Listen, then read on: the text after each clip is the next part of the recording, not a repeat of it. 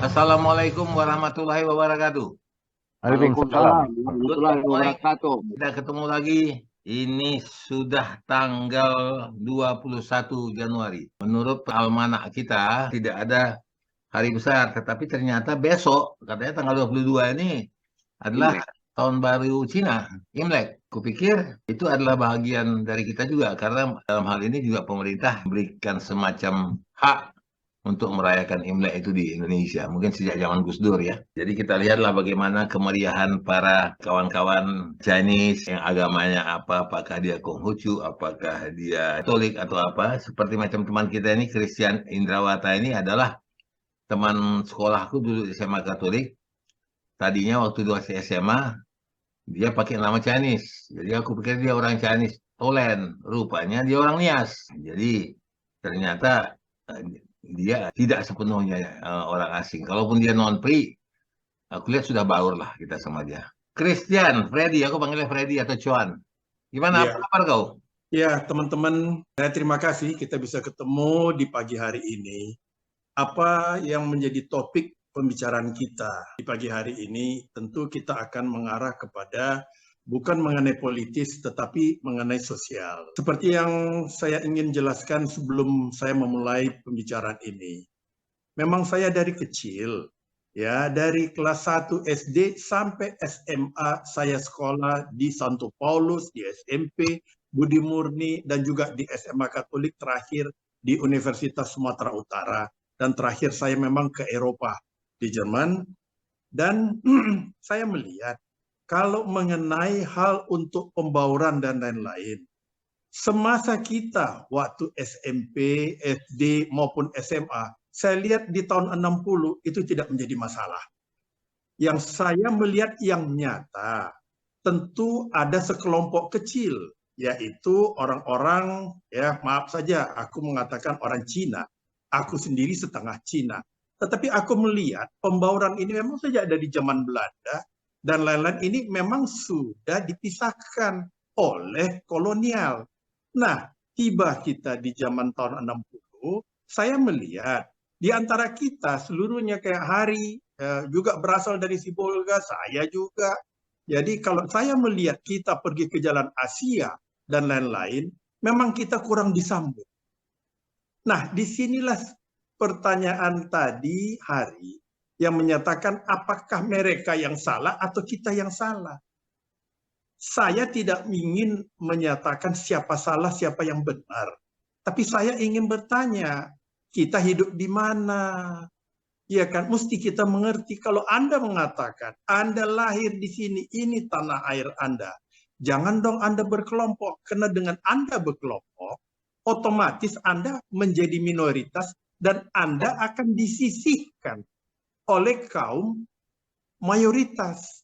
Nah, ini berlangsung terus sampai zaman Pak SBY yang 10 tahun. Nah, di sini masuk unsur-unsur politik. Kalau sudah masuk unsur politik, saya sudah tidak ingin berkomentar. Tetapi marilah teman-teman, kalau saya ingin menyarankan untuk kita artinya melihat dengan kemampuan berpikir. Artinya maksud saya kemampuan berpikir ini adalah untuk kita sama-sama melihat artinya secara real, secara bijaksana. Begitu juga kalau saya lihat menyambut untuk mengenai Hari Raya Imlek. Sebenarnya kalau orang Cina, bukan ini tahun barunya. Ini adalah pergantian musim semi. Nah, ini dibebaskan oleh pemerintah. Saya pikir karena pemerintah ingin menyatakan bahwa mereka seluruh masyarakat bebas beribadah seperti apa yang dikatakan oleh Bapak Presiden baru minggu yang lalu. Artinya itu bebas beribadah. Nah, saya tanya, jika Anda tidak berbaur, Anda orang minoritas, memang Anda mungkin mempunyai keuangan yang lebih daripada kaum mayoritas. Oke, Anda boleh berpesta.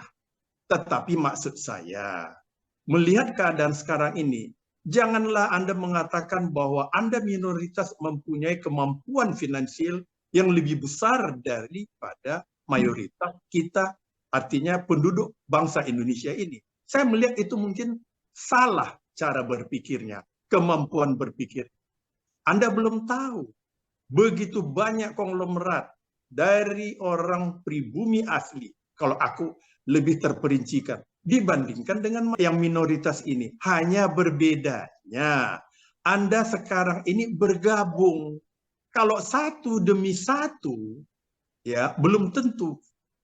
Banyak Pak Siti, Pak Khairul Tanjung, banyak Pak Abu Rizal Bakri. Kita nggak hitung lah soal urusan dia BLBI dengan pemerintah. Tetapi saya ingin menyatakan, ini artinya Anda menampakkan, ya, ingin menampakkan, ya, bahwa artinya Anda mempergunakan waktu itu dengan bergembira. Saya ingin tanya, kalau kita anak di sekolah, SMA Katolik kita, kalau Anda adalah minoritas hanya 10 orang, kita ada ratusan anak SMA Katolik. Tetapi Anda berkelompok dengan hanya kelompok Anda saja.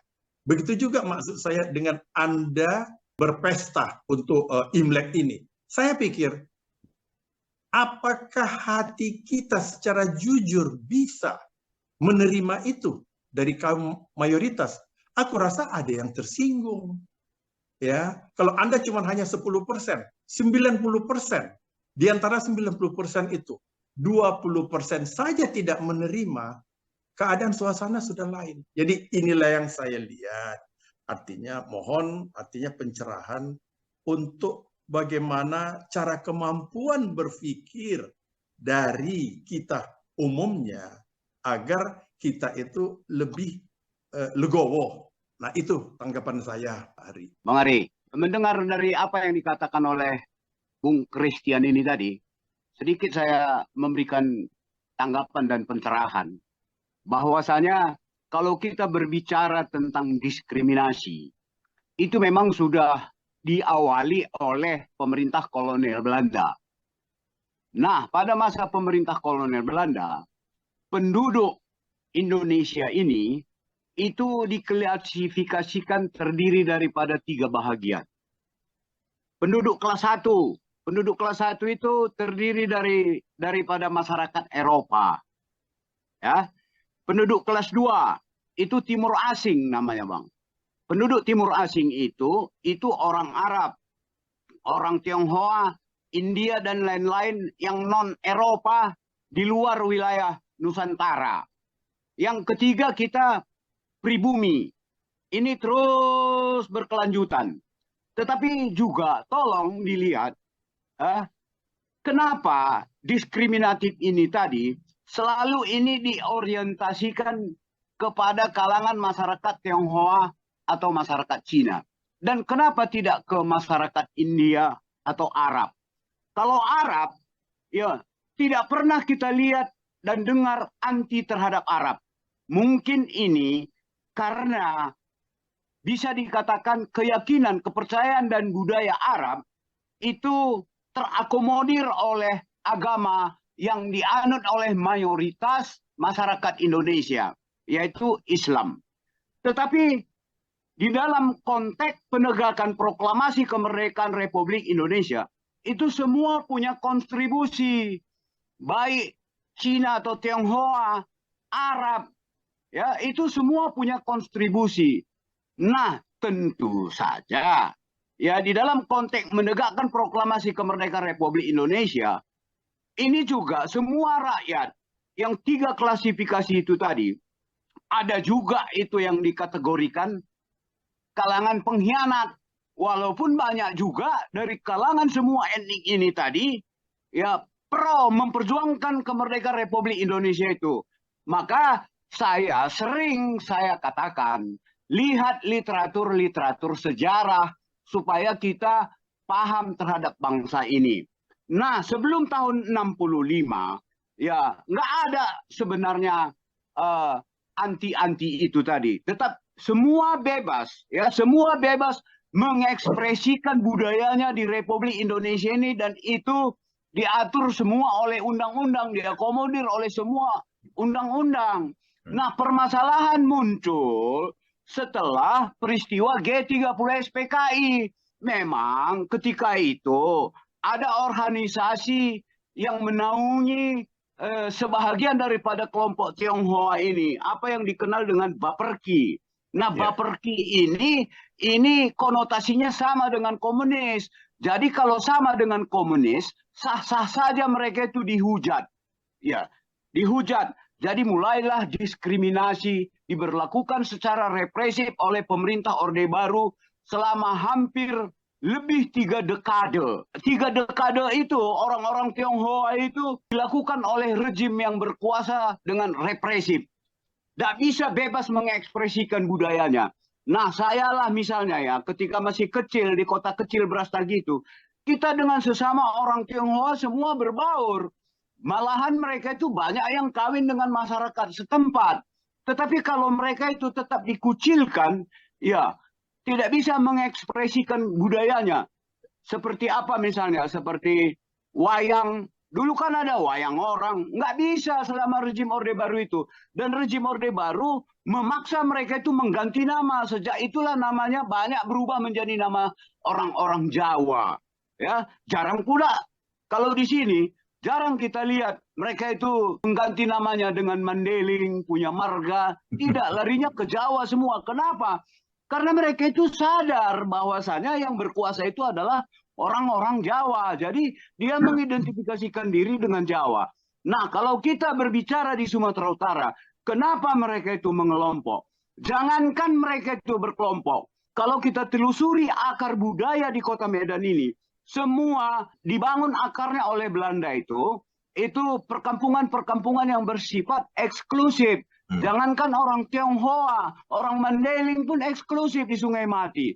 Orang Karo di sekitar Padang Bulan, orang Minang di sekitar Sukarame dan Kota Matsum. Orang Jawa di pinggiran-pinggiran kota. Itu adalah bentukan-bentukan pemerintah kolonial Belanda untuk mencegah solidaritas sewaktu-waktu muncul di kalangan mereka untuk memberikan perlawanan terhadap kolonial Belanda itu. Jadi sementara kultur yang dibangun oleh Belanda itu belum mencair, ya, dan ini mau dicairkan mulai dari 45 sampai 65 itu belum selesai, dan kemudian muncul pemerintahan rejim Orde Baru yang ekspresif itu tadi.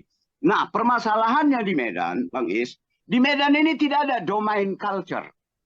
Berbeda, dan mereka, orang-orang Tionghoa yang datang ke Medan, itu Bang, itu per kelompok, datangnya per kelompok, lengkap dengan peralatan kulturalnya. Jadi di tempat yang baru, di tempat yang dijanjikan oleh pemerintah kolonial Belanda, ya tanah Delhi, ya sumber emas itu menjanjikan bagi mereka.